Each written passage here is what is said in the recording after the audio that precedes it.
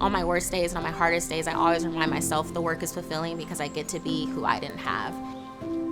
I could never understand why I always was so anxious or why I always felt so afraid. In high school, we didn't have mental health counselors. I remember going to Barnes & Noble, got this textbook, and I read it, and I was like, this is what I want to do. I don't know what this looks like, but I know this is going to help people. Students are just really trying their best to just navigate through the everyday of how can I get through college. There aren't many emergency shelters or housing programs that students can be eligible for. Without our basic needs, without food, shelter, clothing, we're not able to show up and present in a classroom. There was a student that I worked with during my first year as an advocate, and the student was experiencing some instances related to assault. There was a time where that student had lost all hope and did not think that they would make it past that circumstance in their life.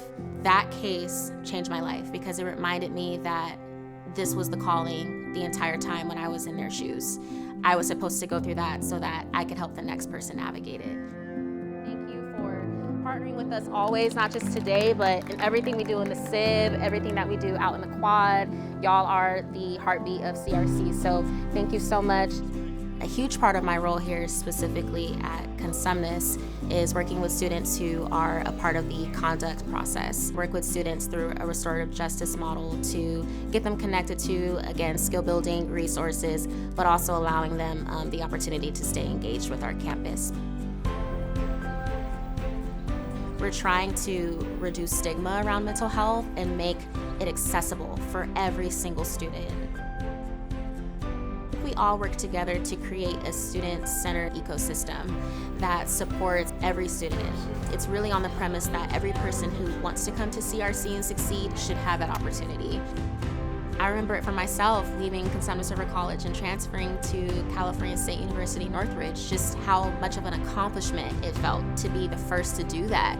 And for my students, it's the same way.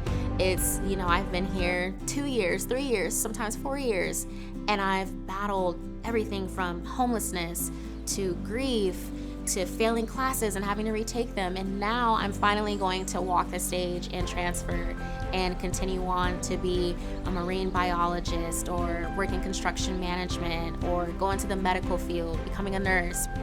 I'm the first in my family to get a bachelor's and to get a graduate degree. This job is so much more than just a title. It's giving people hope. It's reminding people that there is more than the circumstance that you're currently in. There's more than what your brain may be telling you. There's more than what people have done to you. You can become everything that you want to be as long as you are willing to show up another day. Belonging is prevention. When we create spaces on campus for students to belong, we create opportunities for us to bridge gaps so that students feel safe enough to talk about when things are difficult. Create that connection, which prevents long-term adverse effects.